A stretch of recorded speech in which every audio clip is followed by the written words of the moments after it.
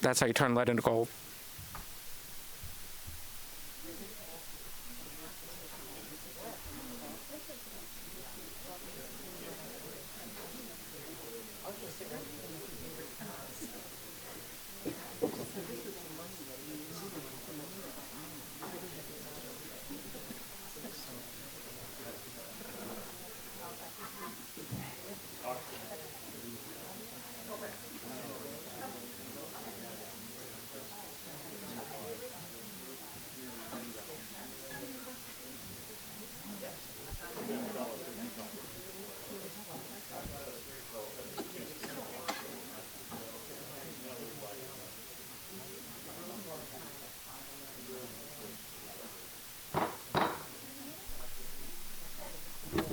I'd like to call this meeting to order. This is our regularly scheduled board meeting for today, June 4th, 2019. Would you all please stand with me and salute the flag? I pledge allegiance to the flag of the United States of America and to the republic for which it stands, one nation, under God, indivisible, with liberty and justice for all.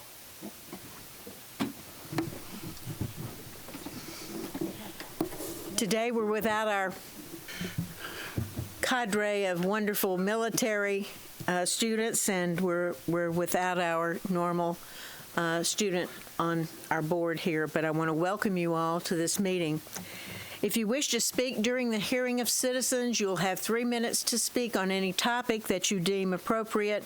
Please pick up a card in the back of the room, fill it out legibly, and present it to Kathy Tompkins to my left, and she will get that to me, and I'll call you up to speak when the hearing of citizens begin. And we're ready to go, I guess, right to the superintendent's report. Dr. Bowden. Roll right into it. Well, I think a great place to start, and I see that Mr. Robinson is appropriately attired in his Venice Indian gear, champions once again, so we want to certainly congratulate the Venice High School baseball team. It's unfortunate that there was a conflict between their parade that I think went off at 4:45 this afternoon and the start of this board meeting, but certainly want to take a moment to congratulate them and their back-to-back state championships.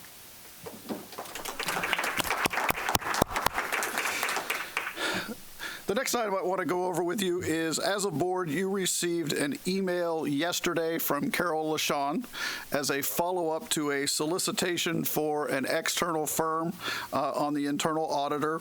Just as some background information, at the board workshop on the 21st, Ms. LaShawn was given directions to request letters of interest. Those letters of interest went out to 5 firms.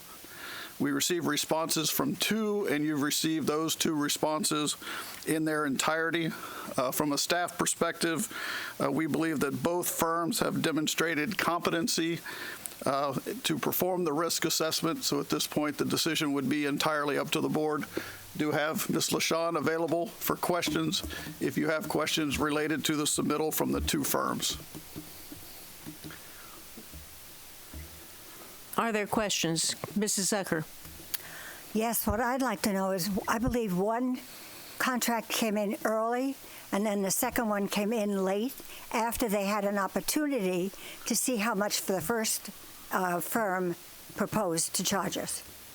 So on May 21st, we were in possession of one proposal. That is the one from RSM. We submitted the letters of interest from the other 4 firms. So yes, we were in possession, and the RSM was a, I guess, public record based on your board conversation on May 21st. Okay. I just find it interesting that somebody would put out an RFP and would respond to it and know already what they have to run against to come in $25,000 cheaper instead of what the first one quoted us $25,000. The second one that came in after a bit quoted us as $20,000. I find that very suspect. That's it for me. Mr. Robinson. Okay, I agree with Ms. Zucker. If that was the prism which we were looking at the events, that would be true, except for the fact that the timeline actually occurred, if I remember correctly, staff brought forward somebody, a firm that had state contract. And because they were worried about time and the issues of time, because it was under 50,000, staff decided to bring forward one name as an option, not as a recommendation. And then we had a discussion at the last board meeting, and we decided to bring it up at the next workshop. We brought it up at the next workshop, and it was decided at that time that we would solicit multiple people. So it wasn't like that somebody came in late. It was a direct result of the organic discussion that occurred at the board table. I personally like Carl Riggs and Ingram. While they are the 22nd largest CPA firm in the nation, they have a local office in Sarasota County, which matters a lot to me. They have 2 or 3 in Tampa. They have offices throughout the state of Florida, and they do have the wealth of depth of knowledge to be able to do this as a put reference. I actually know Steve Riggs and Carl Riggs and Ingram. He sat on the Board of Accountancy with me, and listening to him talk about all the governmental entities and the school boards that they had, and this is prior to me being on the school board, just point of reference, the knowledge that they had and the scope. And like I said, they're in 17 different states, so they definitely have the ability to do the job. And I like the fact that, they're a local job. One of the big problems I had with RSM was the 2 people who signed the proposal to us, neither one of them were CPAs in the state of Florida. I have a huge problem with that. The person who signed the Carl Riggs and Ingram is a partner in the firm. Neither one of the people who signed the RSM were partners in the firm. So I like the fact that we have access to a partner, an audit partner, overseeing the transaction that brings it to a certain level of making sure that you have the resources available. And it's very important to me that we actually have CPAs overseeing this process. As a CPA myself, I understand the depth of knowledge and complexity of it. And so I like the fact that Carl Riggs is local, is putting a CPA on the job, and is assigning a partner to this. And like Ms. Zucker said, it's actually cheaper. But that, to me, I like saving money. I don't like deficit spending. But when you look at the weight of the other 3, just having the fact that they're cheaper is just icing on the cake as far as I'm concerned. Mrs. Brown? Well, I understand that this is just a start, and it may be a long, ongoing contract that we have with this firm. And we may be calling them in for other things and I don't think we're going to be getting proposals every time. But I have some concerns with perhaps needing to have someone that isn't personal friends with somebody on the board.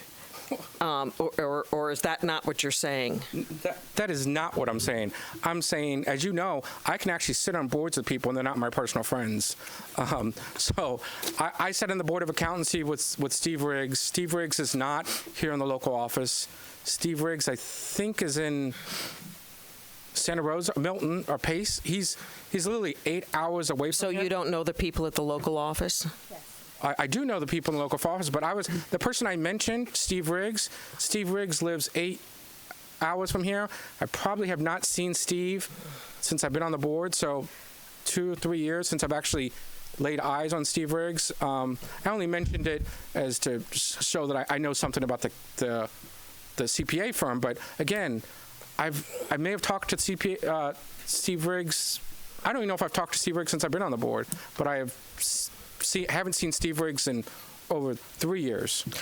So, I would not say that Steve Riggs isn't a friend of mine because I don't want to be rude to him, but to say that Steve Riggs is a personal friend of mine, I don't even know how to. I don't believe that the fact that I know Steve I'm not Riggs talking about Steve Riggs in general. Will the audit be done by and maybe I need to direct this to Carol. Will the audit be done by the local firm or by the state firm? By the local firm. All right. Thank you. Mrs. Ziegler. Thank you.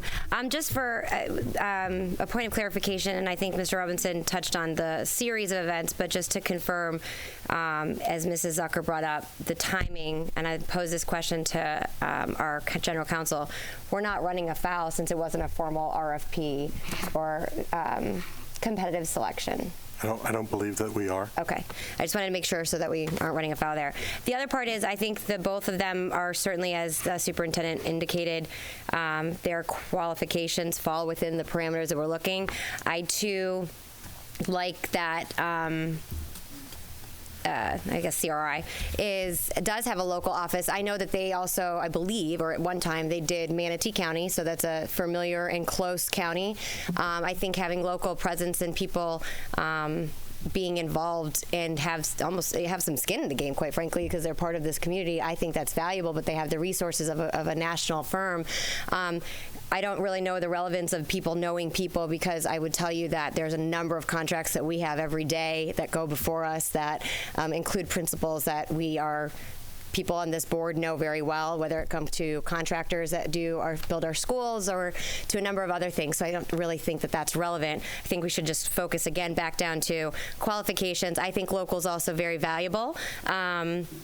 And the pricing, but so I would go in that direction. But I just wanted to make those points because I think, I'm sorry, what?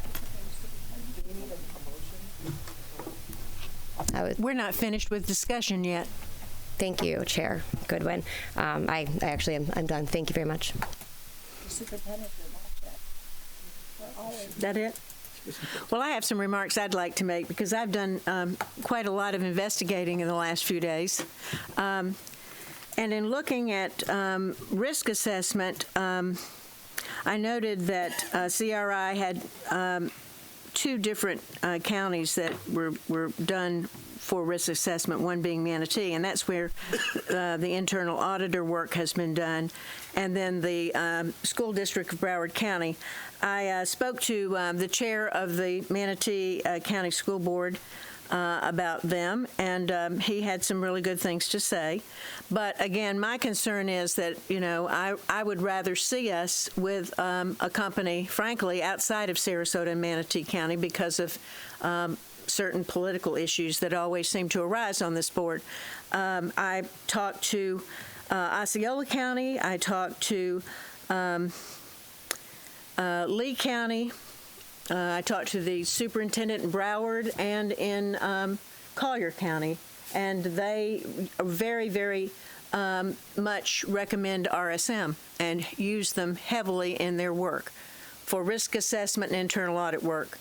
And I think this is just to do our risk assessment, and then we will move on to a further relationship. Should they do a good job, whoever we choose, I would think we might want to choose them as our internal auditor. And I just handed out an audit advisory committee policy that I was able to pick up from Osceola County. Osceola County actually hired the person that worked for Brevard County with the RSM audit and brought them over to Osceola, so they were very, very positive as well. So I think in terms of sheer experience, I feel that RSM is a larger firm and has more in the public K-12 market than CRI. So the question that we have in front of us is, do we want to go with one or the other of these, since these were the only two that answered our letter?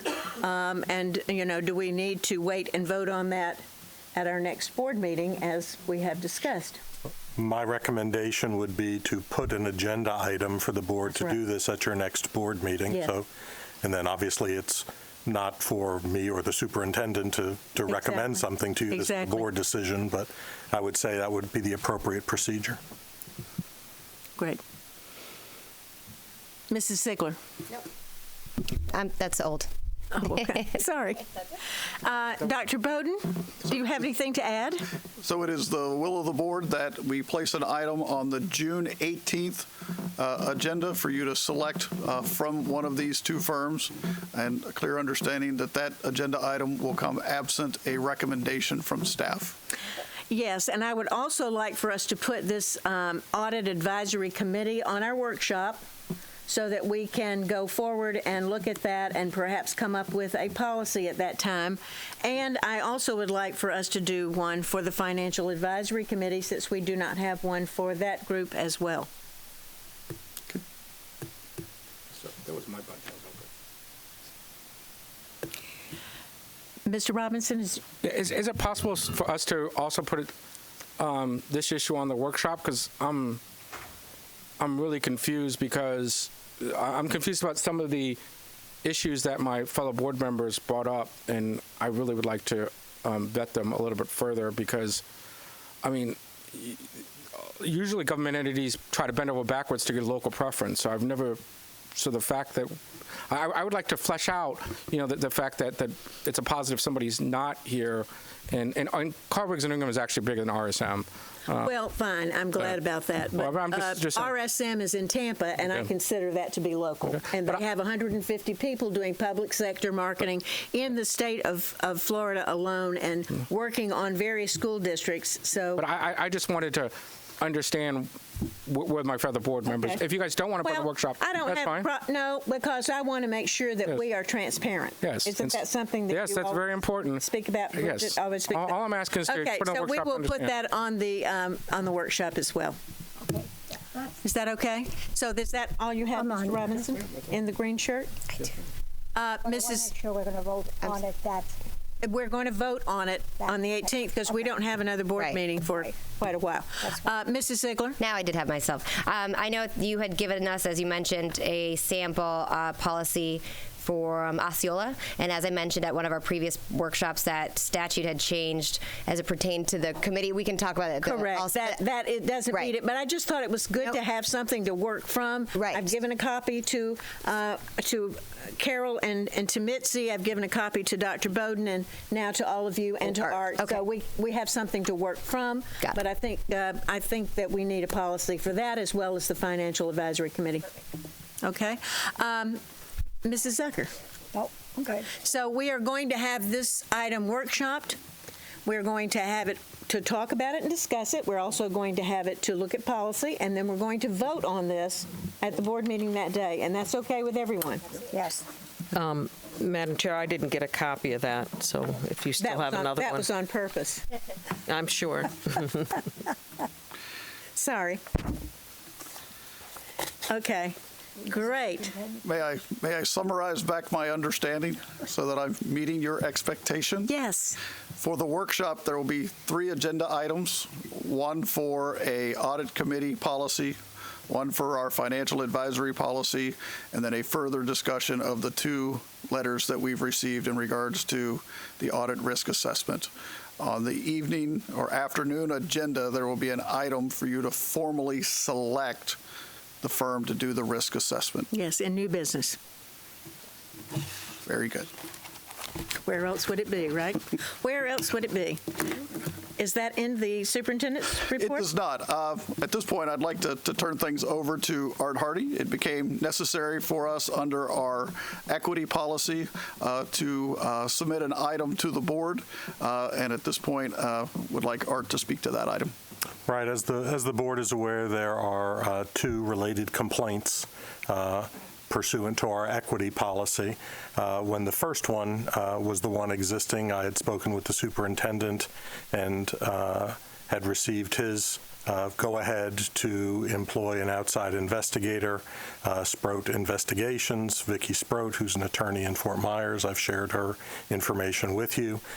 Subsequent to that, the second complaint came in, which pursuant to our policies and procedures was directed to the board because it involves allegations concerning the superintendent. And so I would recommend to you that we employ Ms. Sproat through her company to do an investigation of all of the related allegations.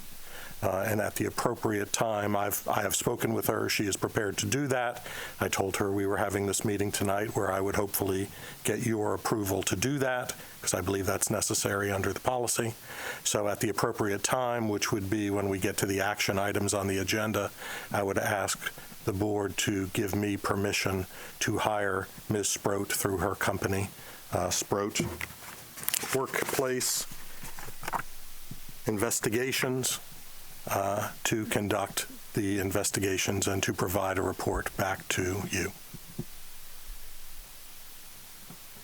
Mr. Robinson. What item is that? It's not an item. It's one I'm bringing to you. So do we give questions now, or we give questions when he brings the item? Let's do it now. Will the scope of the investigation be investigating why things occurred, or will they also be investigating did things actually occur? I think the answer to that is both, Okay. because both are implicated by the two complaints that have been raised. All right, thank you. That's all I want to know. Any other questions? So we'll bring this up for a vote during new business. Yes, please. Just at any time, at the end, at the beginning, you don't care? Whenever you would like, Okay, just before we adjourn. Wonderful. Okay. That concludes the superintendent's report. Very good. Thank you, Dr. Bowden. And next up, we have the hearing of citizens. Each speaker will have 3 minutes to speak, and when the timer flashes yellow, which you will be able to see underneath Kathy Tompkins' name, you'll have 1 minute left to summarize, and please stop speaking when the buzzer rings. I have several cards. The first up is Larry Tasman. Larry? Come here to speak, please. The microphone should be cued. Okay, so. Yeah. Okay, good evening. My name is Larry Tasman. I'm the owner of All Aboard Charters. We've been servicing and partnering with the school board and schools for over 20 years. We are loved by directors, teachers, everybody in the district. The current school board bid that you're endorsing tonight, and that we have participated in for over 20 years, has 11 providers, 9 of which are from out of the area. In fact, some 180 miles to 360 miles away to come support our local schools. This year, my company is not in your package. You may be thinking, why not? In fact, I am thinking the same. This year, I reached out and requested a mandatory pre-bus bid hearing. My request was denied. Today, we attended a bid hearing in another county, Hillsborough County. There was a mandatory meeting that the district recognized the importance of true partnerships, was open-minded, and spoke about a variety of concerns and transportation, directors, risk management, and purchasing agents. The other area that was discussed was the age of the buses. The schools were under the guidance that they trade out school buses every 14 years. So they correlated that to motor coaches that are designed like 747s that last 50 years, okay? Once the group heard and understood concerns for all sides, they had grounds to go and formulate a working plan. So why am I on the outside looking in, not on your list? Because when a group of local providers asked for a pre-bid hearing, we were shot down. The comment was you had 3 days to ask questions, we'd answer them, and on my own bid, I simply added my own cancellation clauses to act as a guide for the purchasing department to give to the bookkeepers. No one contacted me in the same way other companies were contacted. When I finally got the chance to speak with Carol and Renee in purchasing, they both realized that I had some very valid points, and that tomorrow they were having a meeting with the bookkeeping admins on procedures that they need to incorporate going forward. As the bid stands, it's leaving our district with 10 local buses and is counting on the other 9 providers from 300 miles away. By the way, a Friday night football game in our county needs 30 buses. As a prudent business people, as you all are, wouldn't you agree that this process should have included pre-bid hearing? I remain confident that my recent conversation with purchasing will remedy the booking and cancellation dilemma. They assured me that they're going to instruct the schools. And I hereby request that my cancellation clause be removed so that you can be assured of another 20 years of loyal, and dedicated service on behalf of all aboard charters. Thank you for your time. Thank you. Next, I have Melanie McClannon.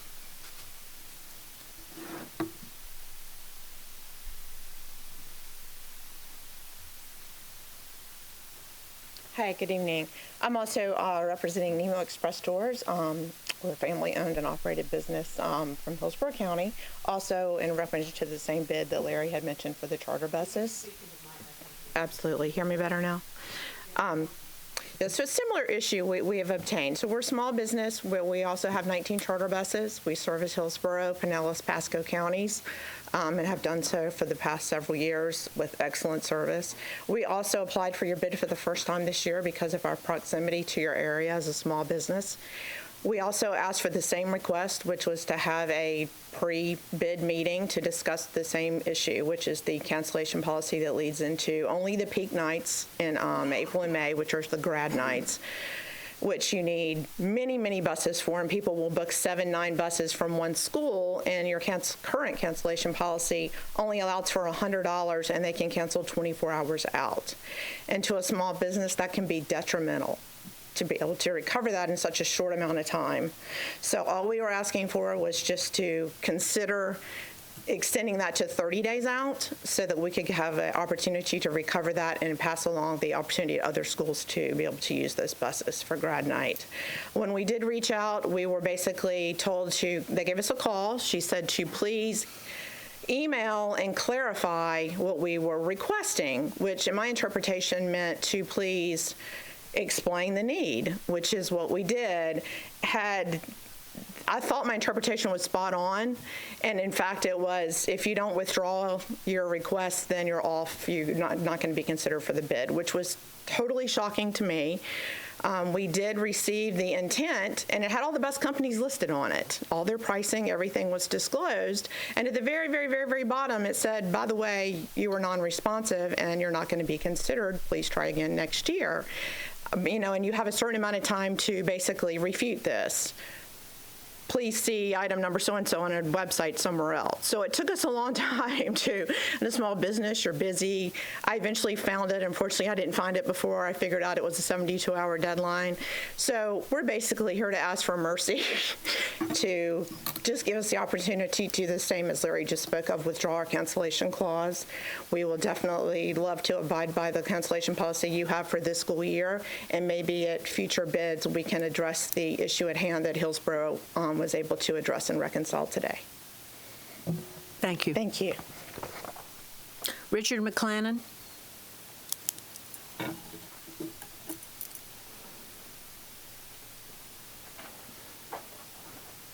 My name's Richard McClannon. I own Nemo Express Tours, and we're a local company in Tampa Bay and Apollo Beach. We're on Pasco, Pinellas, Hillsborough County list. We went to a board meeting today with Hillsborough County where they meet with all the bus companies, and all the bus companies can talk about the problems and do it. We were trying to show the county this, and if you go on the website, it's not on there. You would have to really do a lot of research to see the 72 hours. By the county picking the vendors that they have now that are in Orlando, for grad nights, those drivers are already going to be 3 hours on the logbook. So if a teacher books a grad night now that you're leaving the county up to, from Orlando with traffic, he'll be 3 hours. So the time he gets to pick up the school kids, this driver's already has 3 hours. Then he has to take our kids to Universal Studios and comes back. He will be way out of hours. They'll be pushing it to the limit, and you'll be having accidents on the highway. By not losing local companies, that would decrease the amount of time that the driver will drive. And for example, I've had it many times where a football team, my God, the coach calls up and says, I forgot to book a bus. And then they'll call up, well, Larry's not on the list. Nemo's not on the list. I got to call a vendor in Orlando. Well, the football team's not going to make it on time because you've already decreased, or a bus pulls up to a school. God forbid stuff happens to equipment. It goes down. The kids want to move. Well, now you've got bus companies that you've picked all the way from Orlando, and you're cutting out us and the time is not there, so the kids will be late. You're going to really have a lot of late buses, a lot of not equipment that can't get there on time, and drivers that are going to be pushed out of hours by not using local vendors. And in there, the reason we were adding this cancellation policy is because all the schools, Universal Studios grad nights, requires all the teachers to buy the tickets ahead of time. They have to have their numbers in. So, for example, if you're a school and you tell them I have 300 kids, you have 30 days to put that in. Now, once you tell them there's 300 kids, Universal won't let you cancel. You have to pay for the 300 tickets, no matter what. We were trying to tell the school, listen, if the school books those buses, you can't cancel that bus. You have to pay for that bus, because the problem is XY school that needed that bus, that ran out of buses, now they can't go because they couldn't get a bus because this teacher booked. They know ahead of time, 30 days prior, which we were trying to tell the board, they know 30 days if they're going to Universal or not. They know it because they have to buy the tickets. Universal theme park for grad nights requires them. Once they tell them to count, they cannot back out. I mean, in case you have one kid, you're still paying for the 300 kids. So amusement park can do it, but a small bus company can't do it. If I send a driver from Apollo Beach down here, and I pull it in front of school and the teacher says, I'm sorry, we got to cancel the trip, we only get $100. That's not enough to cover the fuel and the driver. You're going to hurt local vendors, local companies like me, Mama Pops. I mean, we hire people with the state. I was under the impression that the government was there to help us so we can go out and create jobs. And I can get the business going. I can buy equipment, which people do, get mechanics to work on the buses, get drivers to drive it. But by your list, on this list, we're helping vendors from Orlando. So thank you very much. Thank you. Dr. Bowden, can somebody speak to these people, and can we chat with them? Sure. Mr. Want to Maltsby. take board questions and answer all the questions at once, or if you want me to speak to the comments that were made publicly? I'd like to have you speak to them first. Okay. Carol, if you could make your way up, I will share the correspondence that has taken place to date. We issued a bid. It is a renewal. This is a bid that we issue on a regular basis. Every firm was given the same opportunity to compete for our business under the same terms and conditions. There were a number of entities who wanted to alter the terms and conditions under which they did business with the school district, and their bids were classified as unresponsive because they did not agree to our terms and conditions as contained in the bid. And so that's why they were classified as unresponsive, is that they did not agree to our terms and conditions as all the other firms had. That's correct. One of them had up to a 50% cancellation fee, and you can't ask the schools to do that if the students haven't paid their money and they run short, that they don't need 4 buses. For the schools to incur those kind of charges is a lot, so we have a $100 cancellation fee in there. They, 2 of them were non-responsive because they had excessive cancellation fees. Mr. Robinson. I'm a little confused because the first person who got up and spoke, or the second, the gentleman from the first one, yes, all around charters. Okay. I'm sorry, because I saw all around. I was like, well, they're on my agenda. Two different firms. Two different firms. Then never mind.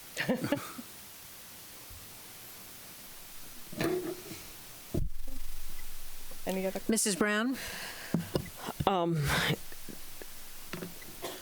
They said that they wanted to rescind those. I mean, was that not allowed, or? There's a response period. So after the bid had closed, they wanted to come back and say, okay, now we'll accept the terms and conditions. They had a window of time that every firm was given to respond. Of 72 hours. It was only after the bid had closed that they agreed to our terms and conditions. And what was the reason why we didn't have where they could sit and ask questions like what's happening in Hillsborough? We did have a pre-bid meeting probably 10 years ago. We resolved facts then. We had asked if we should have a pre-bid. Ellery Gerard and I discussed it. And There was no reason because the issue was the age of the buses, and we were not going to move on the age of the buses, and it was the cancellation fee. Those were the two main issues. We did have a question and answer period that we answered their questions based on those two issues. You had the question and answer at the pre-bid 10 years ago? No. We have a question and answer period before this, when this bid was issued. They had so many days to submit questions. We submitted answers in a response to those questions regarding cancellation fees and age of buses. And so when a school gets a bus and then they have to get a bus from Orlando, that will probably add a lot of time. And I also concerned about a driver having to drive the 3 hours to get here and then maybe 3 hours back. I don't know that they're not already here doing a field trip and staying overnight. I don't know the logistics of charter companies. So when does the clock start that we have to start paying them? Does it start when they pick up, or does it start when they leave wherever they're from their office? I would have to check the bid specifications. I think it starts when they pick up, when they show up. So if it takes them 3 hours to get to our schools. Right. Exactly. But I would hope that there's something in there that those drivers aren't driving for 10 or 12 hours. I do believe there are state laws on how much they can drive. I'm not familiar with the state laws. So I think there's a 12-hour window. But then what they would do is have a relief driver with them. You know, Not necessarily, correct? Not necessarily. I used to take the Gator bus up with one of you from Manatee County to Gainesville all the time, and I don't remember any secondary. We can't have you talking. I'm sorry. I shouldn't have done that. Perhaps next year we might sort of highlight that this is the question and answer period, any questions you bring us, and that you will not accept any addendums to it, or that if you give an addendum, it'll be non-responsive, because apparently she was having trouble finding where it was. I'm not sure. I know I have Right, on the front page of the bid, we say questions are due. We give them 10 days for questions. They submit the questions. We then give them the answers to the questions. Were there questions brought forth by these? Yes, there were, regarding cancellation fees and the age of the buses. So we covered that in the addendum. Mm-hmm. We said, no, we are sticking with the age of the buses that we require, and the cancellation fees of $100 holds. And this is a 3-year contract, correct? It's 1-year contract with 2 one-year renewals. Okay. Now, this year, we happen to have more respondents than we did last time. So I have more bus companies this time. And they're all willing to do the $100, obviously. The ones that we awarded to. Thank you. Mrs. Ziegler? Thank you, Carol. And I'm familiar with RFP processes, and there's a reason they are very specific from a timeline standpoint, and it's to balance and to be fair, kind of similar to some of the conversations we were having earlier. But I also want to thank you guys for coming today, because you brought up some information that I don't know that we would even be aware of, and it's I know you mentioned 10 years ago we had a pre-meeting. I know that sounds like it was a long time ago, and I understand that that's not for the RFP for questions. I understand that's different, but I think some issues were raised that I think are worth looking into. This is item number 34 for anyone who's watching. Mm-hmm. But the fact that there was one part, and I think Mrs. Brown brought that up, and for clarification, I think this is relevant. First of all, I recognize the age of the bus. I mean, we're talking safety, so I recognize I understand. I don't know what the specifications were on the bid, but I recognize those being important, and also the cancellation clause being significant to the financial detriment of the organization. So I understand that. The other part, though, is I do have a question. I do think that local businesses are what we'd like to support. Depending on the conversation we said earlier, typically when you do a bidding process when you look at the ranking and how you score them, local firms are oftentimes, and I'm not sure if it was on this one, but oftentimes given additional points. But that's not my point. When it was asked about whether or not, if a majority, and I can't see here, if a majority of them are housed or located in Orlando, that doesn't necessarily mean their stations are all only there, but the question about is when the clock starts is a really important one, I think. And so how, I know it says pickup location. It's confirmed that it's pickup location. Okay, I just wanted to make sure that was confirmed. Okay. Let me just clarify. I think you're asking two different questions. One of which is our billing period. The trip is the time and mileage of the trip from the port of origination to the end of the trip. Yeah. There's also regulation regarding driver time. And so the company itself is responsible for compliance with that regulation. That's not something that falls on the school district. So it's two different things. The time of a driver may be different than the time of the trip. Right. No, I was talking more of the expense standpoint as how we rank them and if it's insured, because I know that this is kind of probably caught off guard. So you don't have the specifications of the bid with you. I totally understand that, but I just wanted to confirm, but it says in here that it's actually at the pickup place. Okay.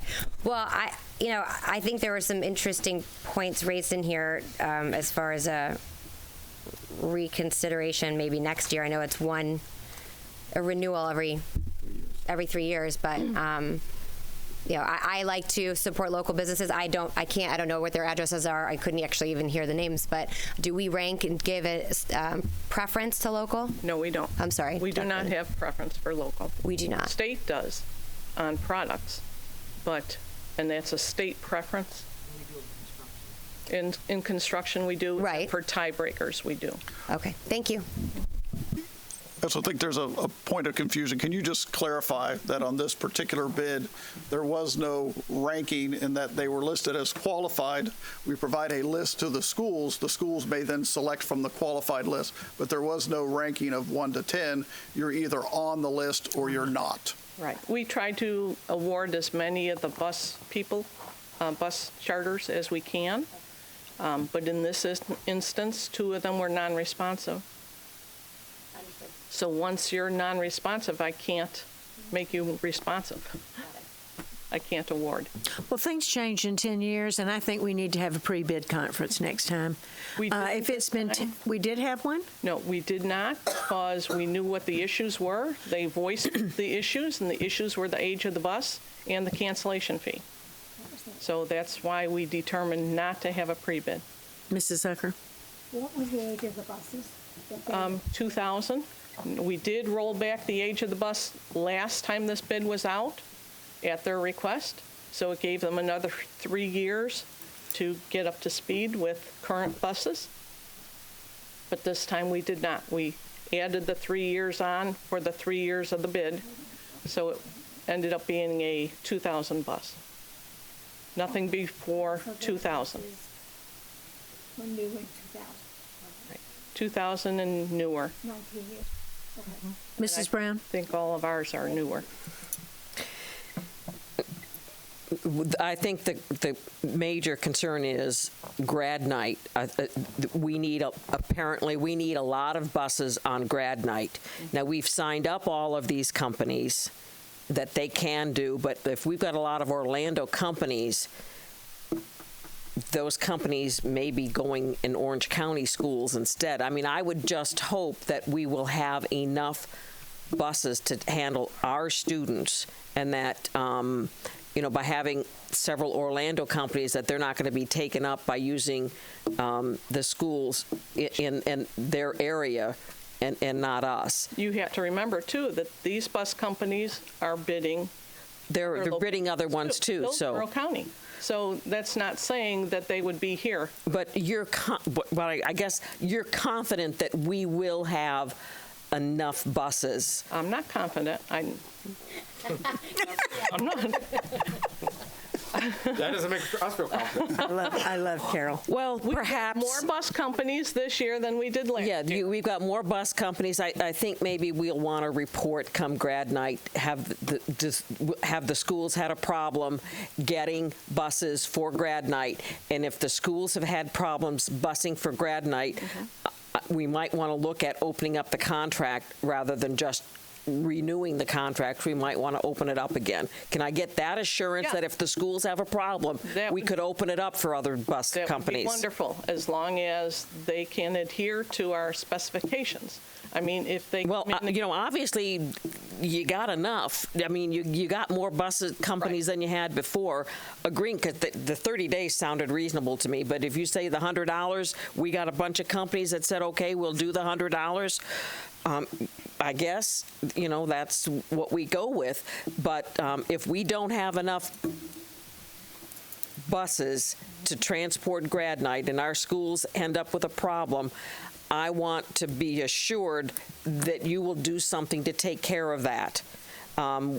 If, it might be too late to bring them back on, or we can, but we've got at least there's 2 companies out there, right? Or is it 3? 2 companies that are out there, and I don't know if they'd even be available again for grad night, but I want to make sure that we have enough buses for grad night. We are going to talk about this at the bookkeepers meeting tomorrow. Good.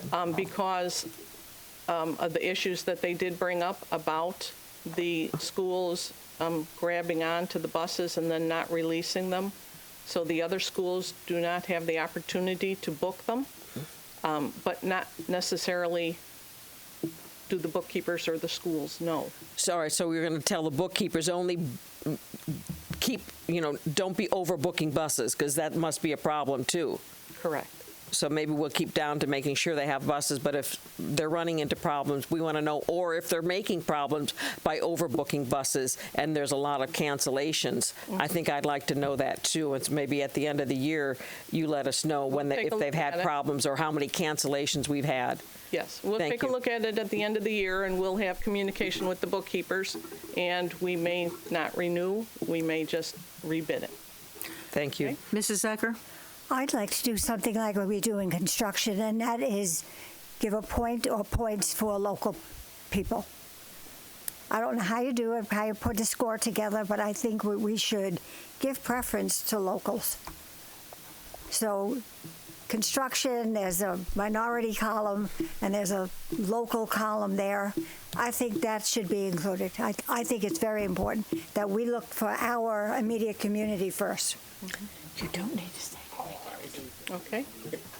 You know my point, right? I heard what you said, that they didn't respond in a timely. They were non-responsive. They were non-responsive to our requirements. So they wanted a higher cancellation fee. Okay, so it's not that they weren't considered. Okay, I'm fine, Carol. I'm fine. Okay. I got it. Thank you, Carol. All right. Thank you. Next up, we have John Susi.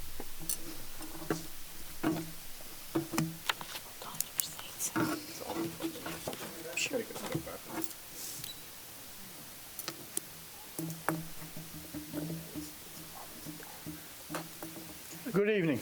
I'm here in regard to an article that was in the front page of the Sarasota Herald-Tribune on Sunday regarding a PAC. It was written by Zach Anderson, and it says, I'm just reading from it, it says a series of complaints lodged with the Florida Ethics Election Commission alleges the Republican Party of Sarasota County, former city commissioner candidate Martin Hyde, and 2 political committees associated with the Sarasota County School Board member Eric Robinson violated election laws in 2017. It goes on, it's pretty serious allegations. It's basically about money laundering, and the attorney for the complainant is saying this has not usually gone this far because Mr. Hyatt has admitted doing this violation. And the concerns I have is that it's been going on for a number of times with Mr. Robinson's involvement with some of these PACs. And this one here is pretty serious. And with Mr. Hyatt admitting to this thing, And what has happened, there's one PAC goes to another PAC and so forth. And so my problem is this, to get to the meat of it, I think over the years that what's taken place with these PACs has been throughout the state is I think Mr. Robinson should take some serious consideration with the things going on, especially with this one, is that he should fall back, rescind doing some of these PACs again and the publicity going. It's brought a lot of problems with Sarasota County with these PACs. Some of the comments in here by the attorney, Mr. Meyer, who is also is the attorney for the Sarasota Teachers Union, he says that it says it's no secret that political committees often are used to move money around, and what is overreaching purpose of the election cycle, and it is to show who gave it and who got it. But accusations can be hard to prove. The difference in this case is that Hyde openly discussed the arrangement during the radio interview. Well, we know what goes on, Meyer says. It doesn't usually get detected because there's someone that Cooper really does to participate of this kind agrees to it. What happened is that Hyde gave $4,000 to a PAC that he was told to go in. The PAC was Eric Robinson's PAC. Robinson then moved the money to another PAC, and then that money was used to put this ad out, which was completely illegal. Again, the point is, I think Mr. Robinson, take some serious consideration about your involvement with these PACs, because there's a real problem with it. You smile at it because you think it's not a big deal. That's the problem with it. You think everything's a big deal, not a big deal with you. This is a serious problem. Would you like to comment on this? No comment? Take some consideration, Mr. Robinson, and get away from these PACs. And it's not a big joke, okay? You smile about it. It's not a joke. Thank you. That ends the citizens' hearing, and up next is our consent agenda. Dr. Bowden, do we have any additions or corrections to our consent agenda? Yes, ma'am. Item number 6, approval of the instructional classified personnel report. An addendum was added after the agenda was made available to the public. May I have an approval of the approval amended? of the consent agenda with the addition of item number 6, a classified employee report. You want a second? Second. Any discussion? All those in favor, please vote. Well, all those please vote, not in favor. If I can vote. Where's our? Are we having you do voice vote? It isn't coming up. Refresh if you haven't.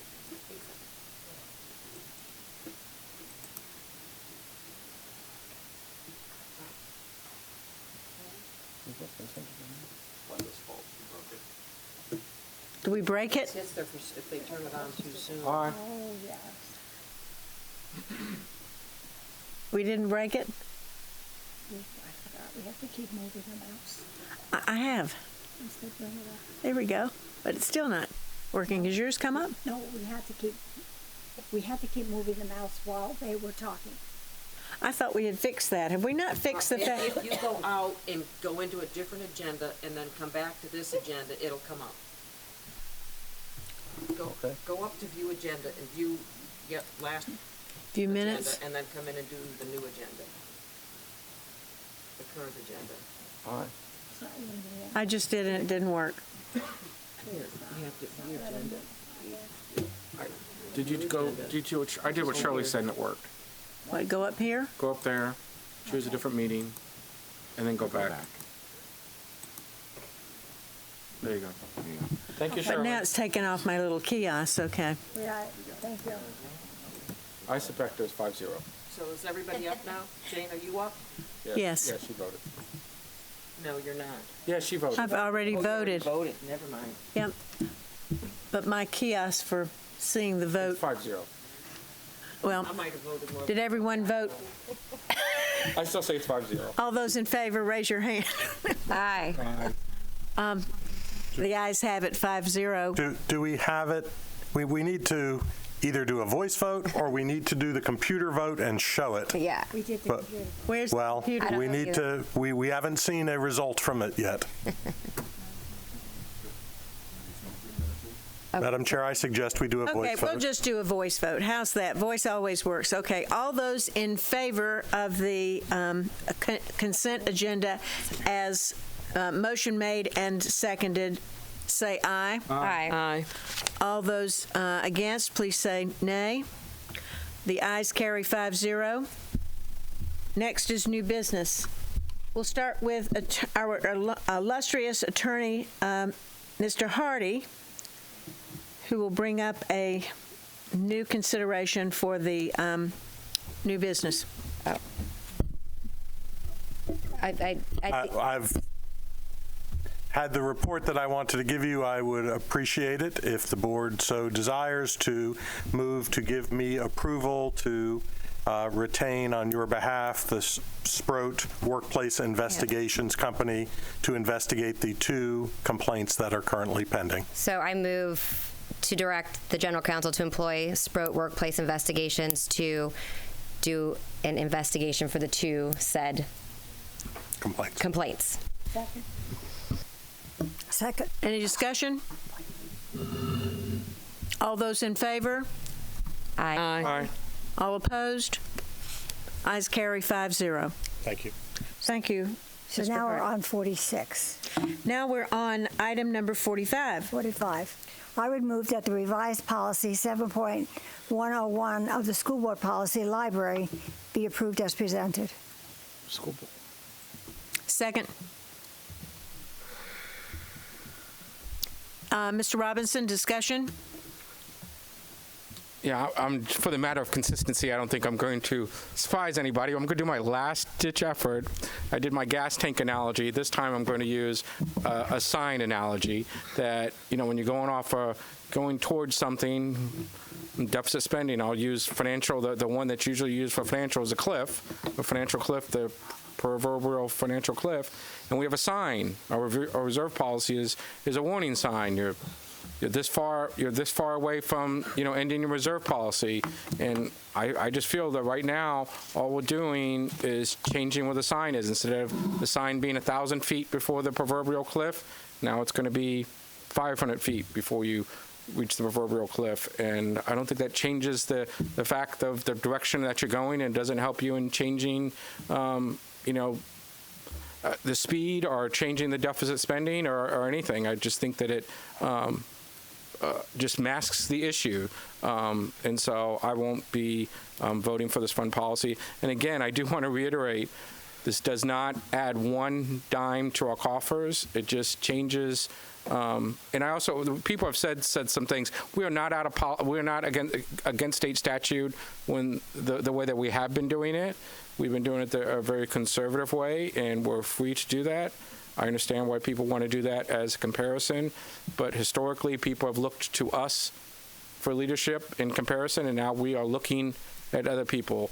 And I just don't think that that's a good direction to go into. So for that reason, for the multitude of reasons that I've said in multiple meetings, I'm not going to be supporting this motion. Mrs. Ziegler. Thank you. Well, and I know I shared it with the superintendent previously, but I also will not be supporting this for the same reasons that I've voiced previously, echoing what Mr. Robinson had just recently said.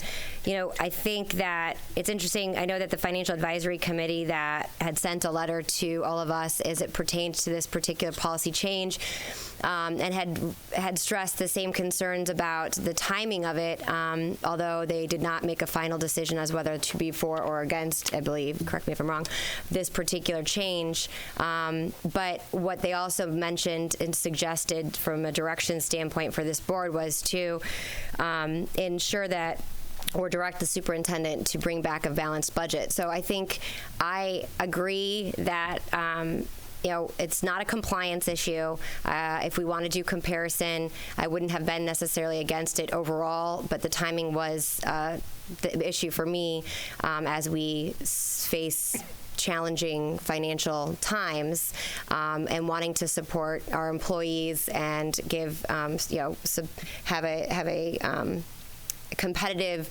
workplace where we can continue to attract and retain, but at the same time, we also have to be smart. We need to be good fiduciaries of tax dollars, and change behavior before it's too late. So for that reason, I will not be supporting this, and I also would like to see us give direction for a balanced budget moving forward. Well, I'm going to go ahead of you, Mrs. Brown, because I always wait till the very last, and I'm not going to do that this time. I don't have to. That's according to Caroline Zucker. But I just will say this. I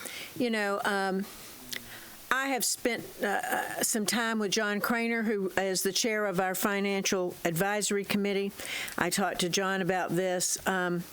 And I, too, would like a balanced budget, but it's not going to happen this year because I'm not going to be in favor of laying people off and eliminating some functions and services that we already have in this school district. They're so important to our success of our students. Remember the word students.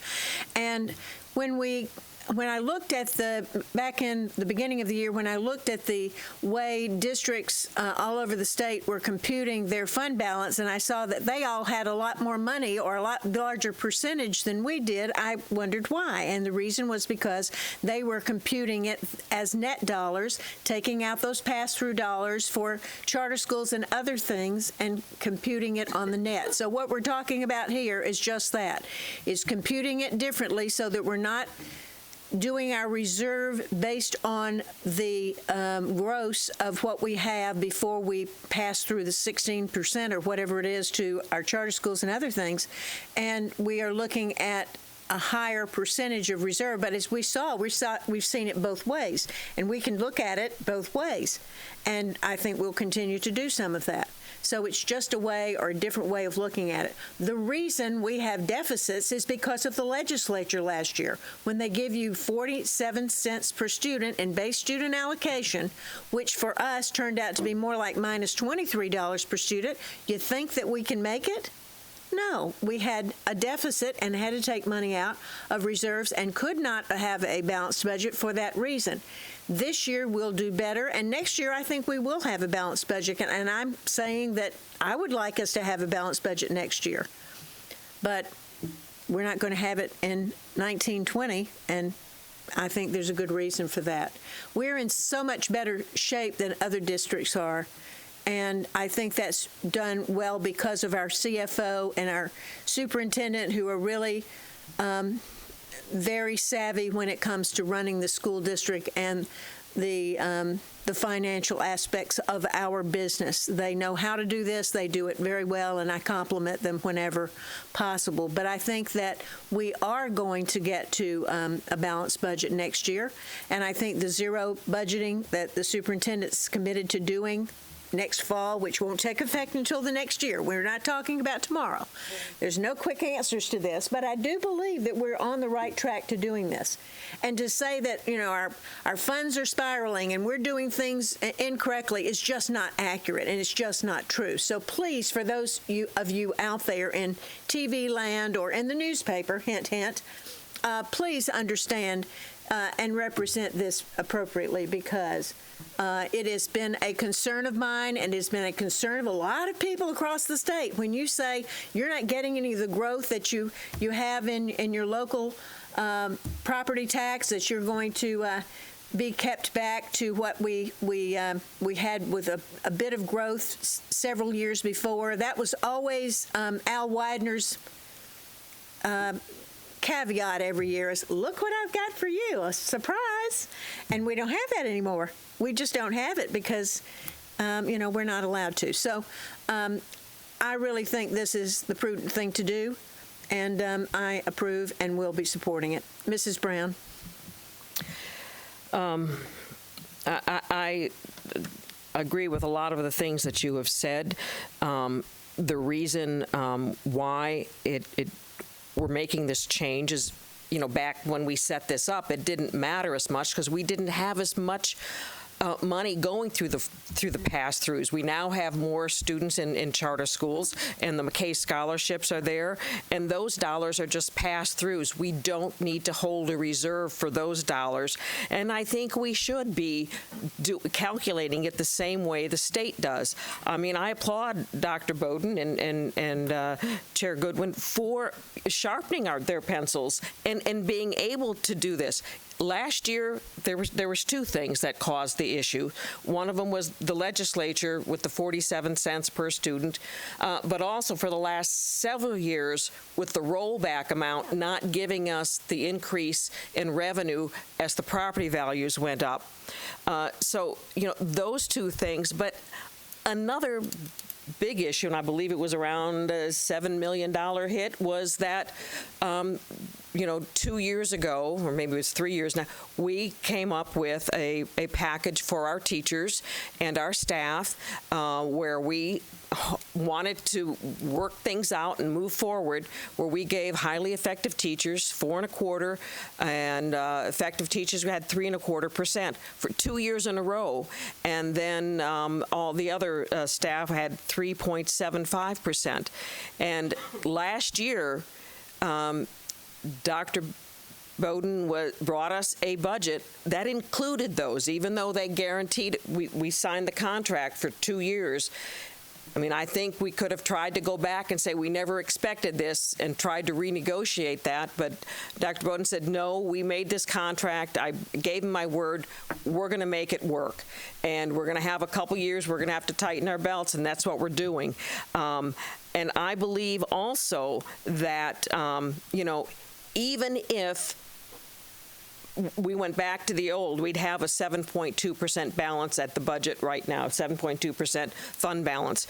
But we had a meeting where we discussed what we would be offering to our teachers and our staff this year, and the superintendent went out and presented that, where there was a $12 minimum salary, and they were increasing the amount for the aides at Oak Park, where we've got some problems with with the turnover in the aides in Oak Park, and our aides are being paid less, and that we've had problems with the bus drivers. We can't get enough bus drivers. So we all agreed to that. So I guess what I'm asking, and maybe for clarification from my fellow board members down there, are you saying you want to take that back now to stay within the 7.2%? Because you can't have it both ways. If we go back to the old way, we're going to have him go back and pull that back from the negotiations. I mean, we gave him permission to take that forward. It's been written up in the papers, and it's been given. I mean, so clarification, are you looking at pulling that back? Mr. Robinson? I don't believe it's appropriate to talk about the union negotiations and giving him strategies about giving stuff or pulling stuff back, or whether it was unanimous. That was made in the paper. Okay. That was made in the paper. I just don't feel comfortable directing the superintendent to pull something back that he's already given or not, or directing him or discussing strategy for union negotiation at an open board meeting. If we have another executive session, I'll be more than happy to have a spirited debate about the issue, but until we're in executive session, I just don't think it's appropriate to talk about strategy for union negotiation. Can I follow? Yes. Well, one of the problems is that these two things are tied, and I think we knew it, and we're not going to have it. We'll have to have another meeting in 2 weeks, or maybe we need to call a special session on that. This went out to the papers. The superintendent gave it to the union. It's out there, and something else is going to have to happen with the budget. He's drawing the budget up with where we saw it was under the new calculation, we were able to do that. I just need to make it clear that something else is going to have to give then. Okay. Can I talk? You've erased me again. No, you didn't come up. I was up. Put yourself right in there. Mrs. Zucker. Sorry. I think she has a problem with me tonight. She's erasing my name. Really, I'm just going to reiterate what you all said, but the biggest thing for me is that there's no way that we should have a fund balance that's based on pass-through funds. For the charter schools, for the bonuses that we give to the teachers, that's all funding that doesn't stay in our account. So to want to have a fund balance that incorporates those items is crazy. So I'm in favor of doing what we're doing. And I do understand what we're doing. And I know we are going to start with a zero-based budgeting for next year. And I'm just grateful that we came in as well as we did, because it's really been a tough year financially. So I thank you very much, both you and Missy, for how you've been able to manage our funds to date. All righty. After that discussion, can we now vote? Sure. I've been told by our IT folks that there's a computer issue and need to do a voice vote for the rest of the evening. Okay, so all those in favor, we'll take a count. Mrs. Brown? Yes. Mrs. Zucker? Yes. Mr. Robinson? No, ma'am. Mrs. Ziegler? No. And I vote yes. So the vote carries 3-2. Onward to item number 46. That the dual enrollment agreement between University of South Florida and the School Board of Sarasota County, Florida be approved as presented. Second. Any discussion? Shirley Brown. I just saw some numbers that fellow board member Ziegler had requested. It looks like the number of students that have already applied for dual enrollment and on track for the AA degrees is up considerably. And so I want to give a tip of the hat to everyone involved in getting this and bringing this forward. Mrs. Ziegler. I, too, want to thank, I know Catherine Kokoza and Penny Rittiger specifically have been working, and Steve Cantis have been working on this. So it was encouraging to see some of the amendments made forward. I did have a question really quickly, and I recognize they're not here. So in the change, the highlights that... Catherine's here. Oh, hi. So I saw you earlier. I just didn't see you. I know that there was a change to the date for the deadline was being June 20th, and hats off to the communications department for also getting all of that information out to families, because it was very close to the end of school year, to make sure that anyone who would change eligibility was aware. But I believe there was a communication that went out that also said June 3rd. So I just wanted to clarify, is the deadline June 20th? Because per the contract, it's June 20th, and then any communication going out that was said June 3rd. So that was... Catherine. Come on down. Oh, okay. I see the contract says June 28th. So I just want to make, because I have that question posed to me, so I said I will ask. So we do have until June 28th, I believe, at USF for our contract deadline. We do set an earlier deadline to make sure we get all the paperwork to USF in time. Right.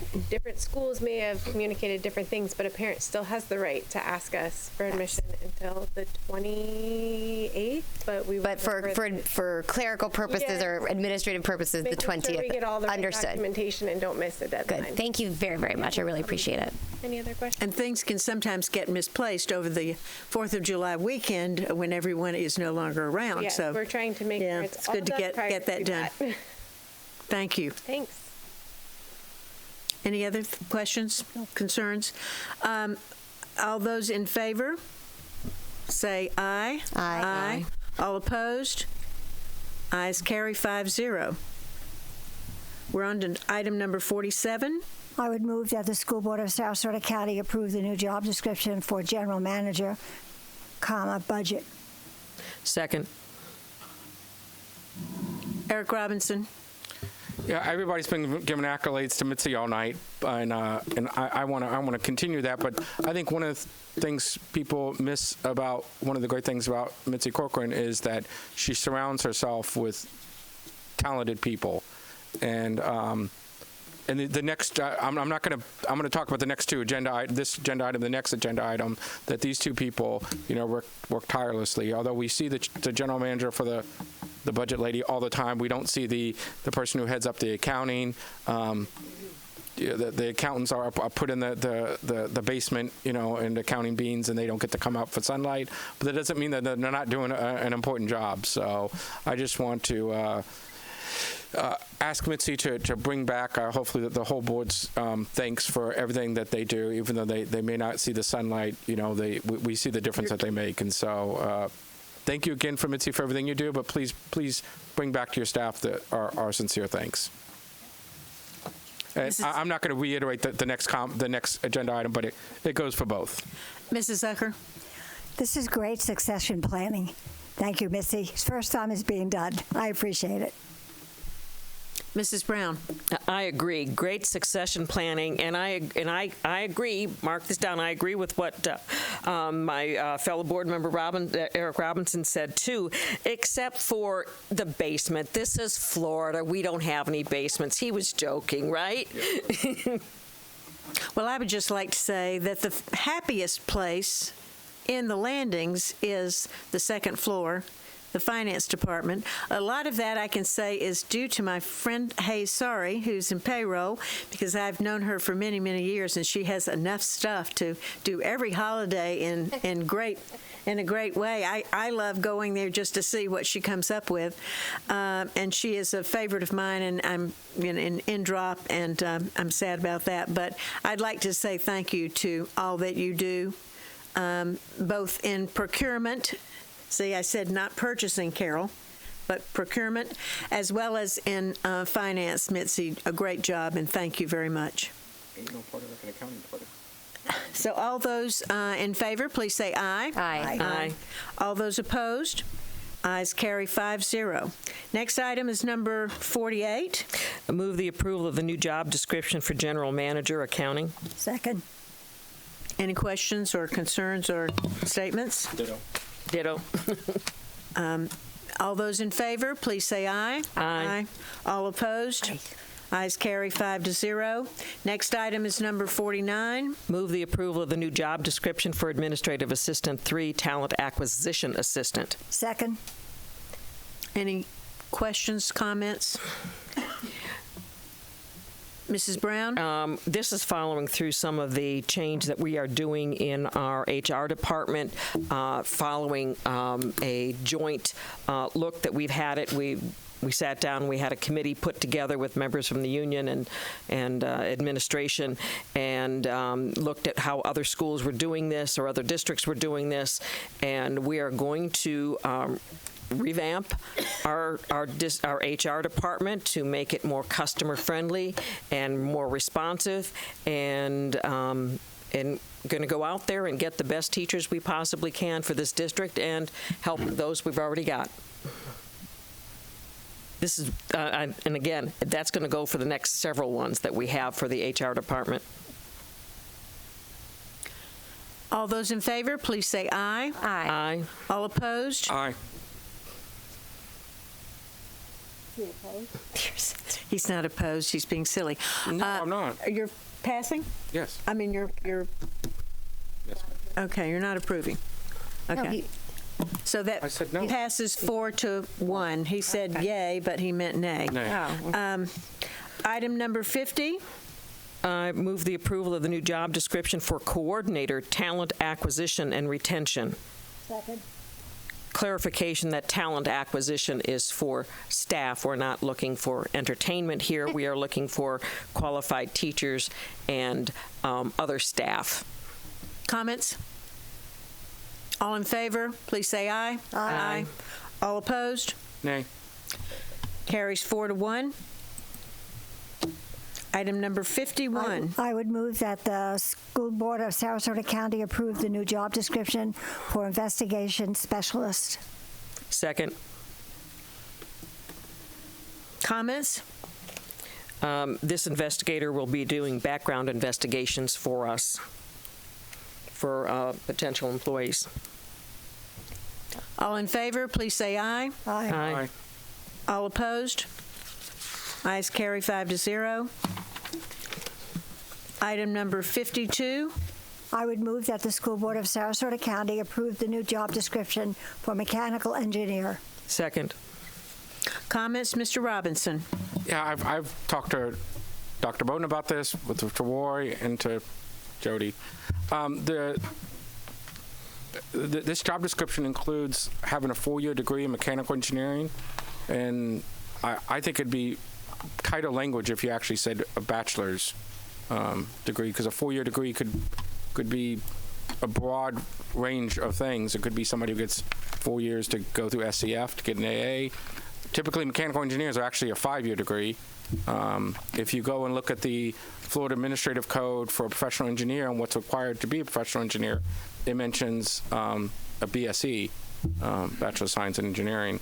I could not find in the Florida Administrative Code or the Florida statutes where it references a 4-year degree in mechanical engineering for being a professional engineer. And then my other question was, and I'm only saying this because I'd hate for someone to come in and apply and say that they because they were veteran or for some other protected class, and said that they didn't get an interview even though they technically weren't what we were looking for, because we really were looking for someone for Bachelor of Science. I'm just trying to stop a potential liability of the school district. And then the other question I had was, it requires a minimum of 5-year degree in design and construction of HVAC systems in Florida. My question was that in order to be a licensed PE, you need 4 years of experience? Is this 5 years envisioned to be after you become a PE? Because it's item number 3, after the PE. Is the 5 years experience envisioned to be after you become a PE, or is the 5 years experience at any time? You know, you could have had experience doing this and before you even had a college degree. So is this envisioned that this would be, what level of experience are you contemplating as the 5 years? Would it be 5 years after you had a bachelor's degree, after you had the PE, before you had a bachelor's degree? Yeah, so Mr. Dumas. Thank you. It's intended to be written so that after you graduate, you have 5 years experience in the field as a professional engineer in the state of Florida. So it would be 5 years, so somebody would have to have 9 years then? No, they'd have to have 5 years working experience after they receive their degree, their professional engineering degree. Right, but to become a professional engineer requires 4 years of experience. No. Yes. I'm sorry? Okay, but he said it would be 5 years after you received your professional engineering. No, you cannot. Oh, I'm sorry, I misheard him then. After graduation, 5 years of professional experience. So what we're looking for is somebody who's going to graduate from an accredited university that's going to say, I've got a degree in engineering. They're going to be working 5 years in the field in the state of Florida. They come to us as a professional engineer with the license. Okay, so the 5 years could be before they were a professional engineer. They would be working in the engineering field, correct, in the state of Florida. And they come to us with a PE license. So they would have had to sit for the state exam, qualified for the PE license. The PE license for us is very important because they review plans, they sign off on plans, and make sure they approve all that permitting for us. Could you tell me why we're asking for them to have a 4-year degree instead of a bachelor's? To me, it's one way or another. Again, that's one of the things we consult with HR about. If it should be written that way, that's fine with me. We're looking for a 4-year college degree. All the other job applications we just approved said bachelor's or master's. They all referenced the degree. None of them said. The other thing to consider, too, is this is just to pre-qualify people. Anybody who applies for this that gets through the pre-qualification process, obviously this is not to select people. They get in front of a committee, so we would weed out anybody that didn't meet what we considered minimum qualifications as a selection committee. So some of the concerns you're bringing up, we would certainly weed out as a committee. But they would say that they did meet the minimum qualifications because they had a 4-year degree in mechanical engineering. But even though it's not a bachelor, I'm just trying to worry about liability. If you're telling me you don't care about if you have a process to mitigate that liability, then I will turn off my mic. Staff is presenting a job description that we are totally comfortable with. If you want to modify it from the dais, you're certainly welcome. If you say that you're comfortable with it, then that's fine. Well, mechanical engineering, this position we've had for a long time, but it's been vacant for a while, and I know that HVAC is one of our most important upgrades and energy savings, and I remember the first time I went over to facilities with Jody and looked at all of the energy panels on the wall and could see what the temperature was flowing through the air conditioners in various schools and stuff. I know how sophisticated we are and how important this is to saving money. And this position is a person who will be integral in all of the upgrades that we do with our HVAC. And having been in that business for a little while, this is an integral business and a person that we need to be on the inside to help us work with all those upgrades and programs that we have for different schools. Absolutely. It's bringing expertise back onto the team. If anybody of you remember That's exactly Ron's right. Ride, He was Yes. this exact position several years ago, although he was employed as a project manager, not a professional engineer. That's why we are bringing a job description that more reflects the responsibilities of the position versus a project manager, which is what Ron Schweid was in the past. And I think our construction management firms will be delighted with this. It makes us better customers. Yes. Because we know what we want when we get into design.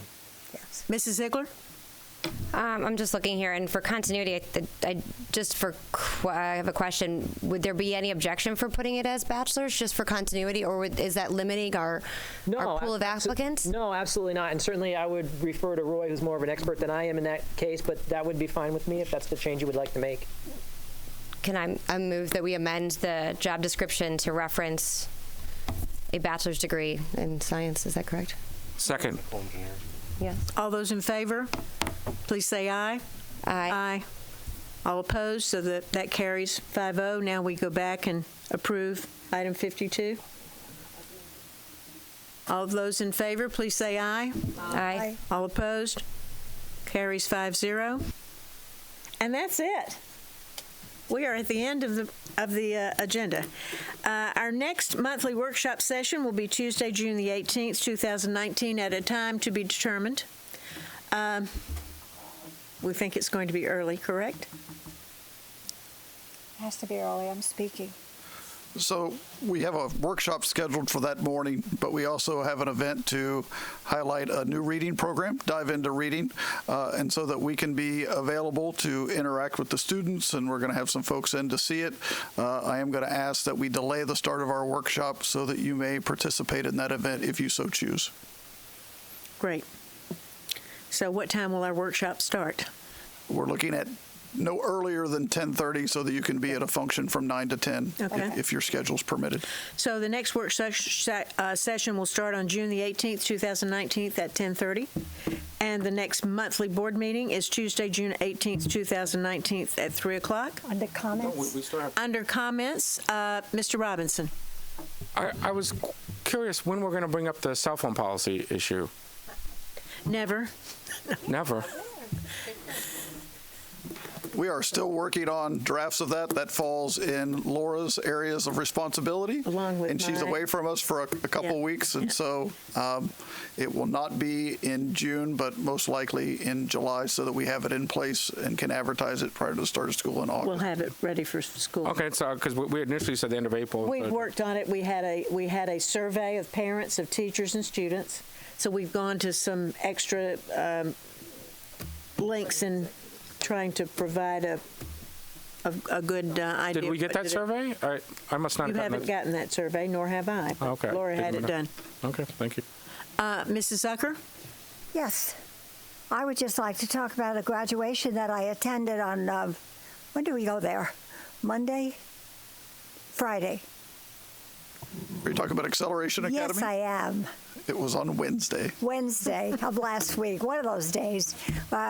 This was, I think, our 10th graduation. And Accelerated Academies is one of the entities that we contract with.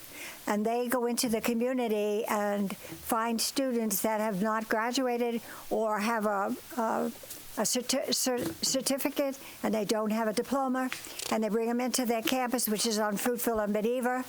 And last Wednesday we had a graduation there. The superintendent and I were there. 20 students graduated. So that is a big hurrah for that academy. 20 more children, or students really, will be college bound, and most of those kids are going to college. I think there's only one who didn't. And a father came up to me at the meeting and said to him, and thanked us for doing this, because he was so happy that his son now was a high school graduate. And also he explained that his son dropped out in 9th grade because his mother was abusive to him. And here he is now with a high school diploma and very proud of himself. And he worked really hard to make up 4 years in a couple of months. So I just want people to know in the community that it's not just about K through 9, but it's K through life. That's how long it is before we make sure that our kids come out ready to do something. I think this program is phenomenal. Whoever brought it forward, I thank you. Mrs. Ziegler. This is switching gears a little bit, but this is the only opportunity I have to bring it up. I had copied the board on an email to the superintendent, but the reason was, and I think it perhaps would have been misunderstood given certain circumstances taking place, which it actually had nothing to do with that, was in regards to any equity complaints that we've had for the last 2 years, and also I just used a broader form of harassment under that. And the reason I asked that, and like I said, this was, I feel as though as board members, we've been copied on a lot of different student circumstances. I know as a board member, I've had people reach out to me, and oftentimes I'm unaware of them, which wouldn't be unusual a lot of times because a lot of these things don't necessarily rise to the level of the board. However, I just have felt that there's been a surplus than usual, and that's why I asked that question. If we could get the number, and the reason, and I wanted to put some context around it, is that if you use, for example, the workers' comp, again, that wouldn't have necessarily risen to our level, but if you pull it out, it actually illustrates some trend. And I just want to make sure that we're doing our due diligence if there is an uptick or there could be nothing. But it's just an opportunity for us to see what is taking place over the last 2 years. And again, not all of them would necessarily come to us. And I'm not sure if my wording was exactly precise. But if that's something that we could get from the superintendent, I didn't know if it needs to have board action, but because if it requires a lot of staff time. But I just want to make sure we have our pulse on that. And if the language, if we need any more specificity. The other thing I just had a concern about is I don't know, again, there's been information and it's vague, but that sometimes there have been that they'll bring up an issue and that I'm surprised about, and it has been alleged or alluded to that some kind of notification had come to the board chair and to the superintendent. And so again, I don't have specifics on the name or the case or what have you, but I just want to make sure that if there is anything, whether it be pre-litigation or a complaint or anything of that nature, that as a board member, and I would hope my colleagues would see the same, and Mrs. Goodwin, Chair Goodwin, I presume that anytime that would be shared with us, right? Because that was one of my mantras as when I was chair, is making sure whether you wanted it or not, that we have all the same information at the same time. So just to make sure that we haven't missed anything, because I feel that somewhat blindsided when I was asked that question. So there's never been anything that's been sent to, okay, thank you. And does everyone agree about okay, perfect, thank you very much. Any other comments? Thank you for being here tonight. We're adjourned.